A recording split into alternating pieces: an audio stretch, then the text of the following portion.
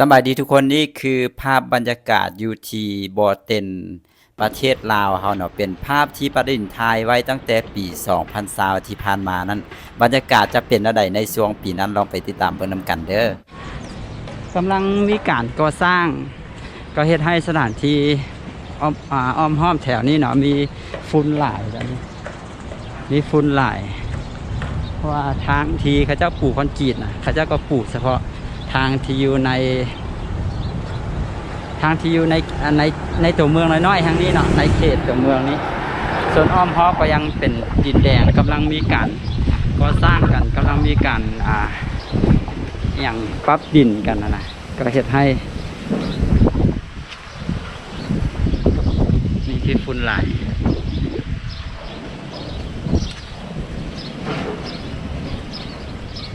เดี๋ยวจะค่อยๆพาทุกคนย่างเบิ่งแต่ละบอนแต่ละจุดเนาะก็พื้นที่ก็บ่ได้กว้างใหญ่แต่ว่าเวลาย่างไปแล้วก็กว้างเลยมีตึกเป็นจำนวนหลวงหลาย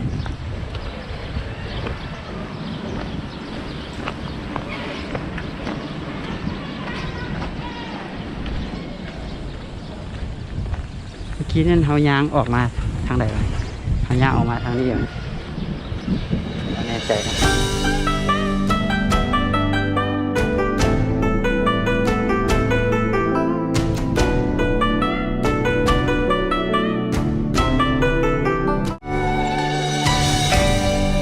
พักที่ข้าเจ้าแนะนำอยู่แถวพุ่นน่าจะใกล้ๆจะฮอดแล้ว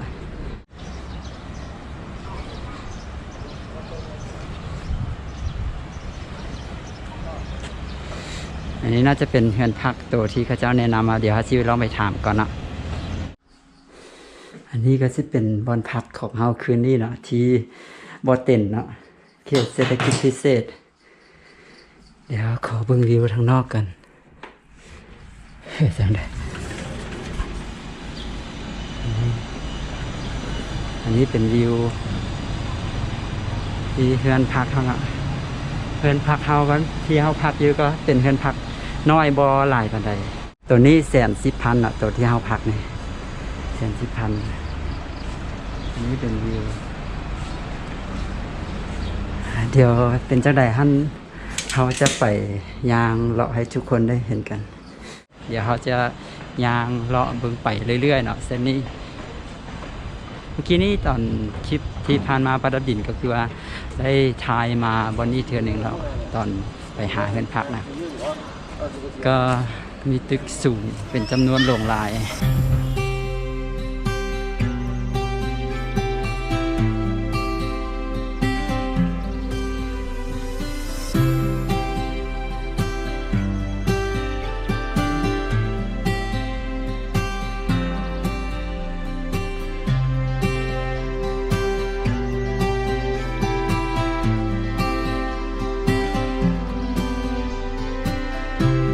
ยางไปเส้นนี้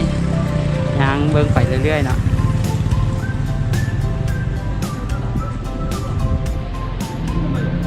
เป็นทรงเก่าว่ะเพื่อนแบบทรงเก่าแบบคลาสสิกนะก็งามอยู่ได้เห็นมีบอลตรงบอลตรงยอดเฮือนอ่ะตรงยอดสายคามีเป็นกาสร้างเป็นกาหัวสร้างอย่างก็มีนี่มันมีฝุ่นหลายนะเนาะเป็นตึกเป็นอย่างก็มีฝุ่นไปจับ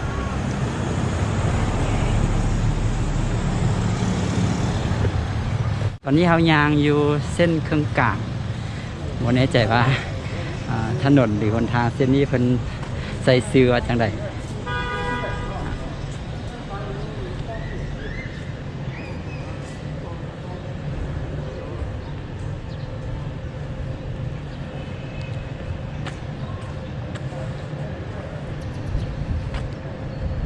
ทรงแบบคลาสสิกหน่อยหนึ่ง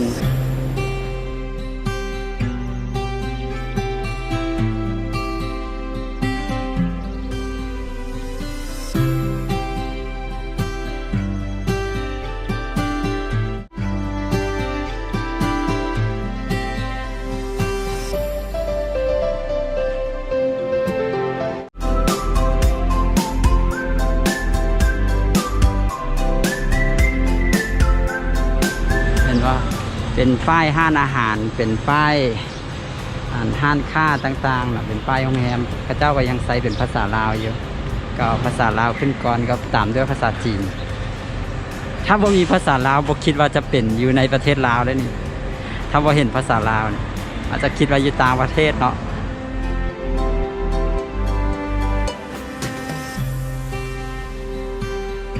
เบิ่งวิวบรรยากาศเบิ่งตึกเบิ่งอย่างในบริเวณแถวนี้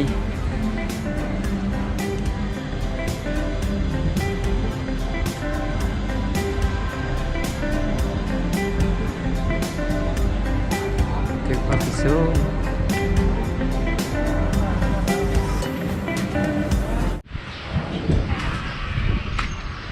มีร้านอาหารคนลาวตรงนี้เป็นอาหารลาว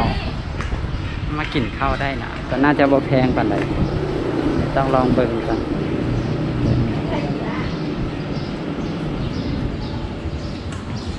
ตอนทำอิฐวรดินคิดว่าเข้ามาแล้วมันจะเป็นเมืองที่พระเจ้าหาก็กำลังมีการก่อสร้างยังบ่ทันมีคนอยู่เทื่อนนะพอเข้ามาแล้วก็พอมายางเบิ่งเนาะก็รู้สึกว่า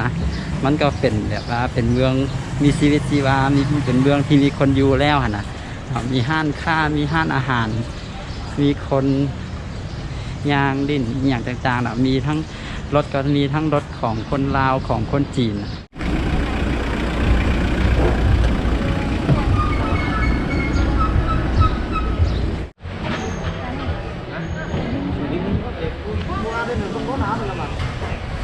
ถ้ายิวแล้วถ่ายรูปมุมนี้ให้ทุกคนได้เห็นกันเพราะคิดว่าจะเป็นประเทศลาวได้นี่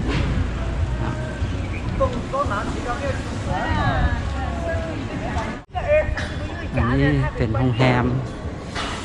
มีอย่างงูเนาะเดี๋ยวเขาจะขอย่างเข้าไปเบิ่งด้านหน้า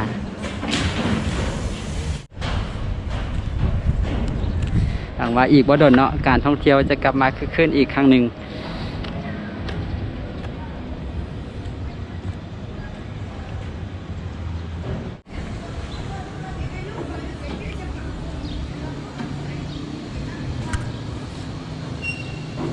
ถ้าเป็นเมื่อก่อนคนลาวก็สิถามกันเลยเนาะว่า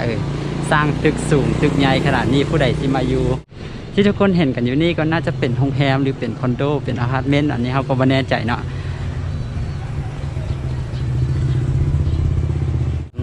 รูปของโครงการ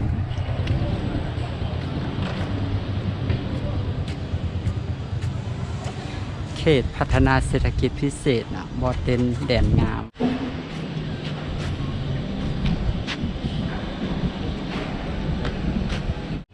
น่าจะเป็นอพาร์ตเมนต์ของคนจีนคนลาวที่เฮ็ดเวียกอยู่นี่หรือว่าอาศัยอยู่นี่เนาะเป็นตึกอพาร์ตเมนต์ปกติหลายตึก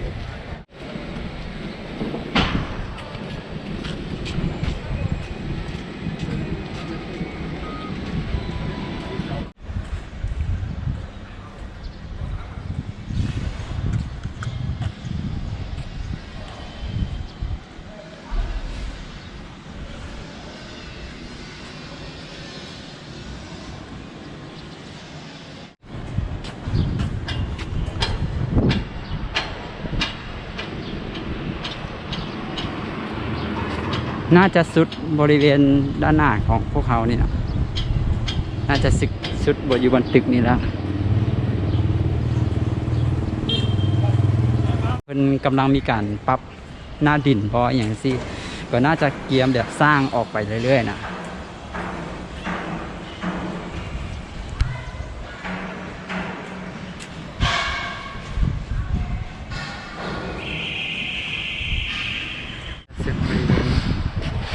ก็กำลังมีการสร้างตึก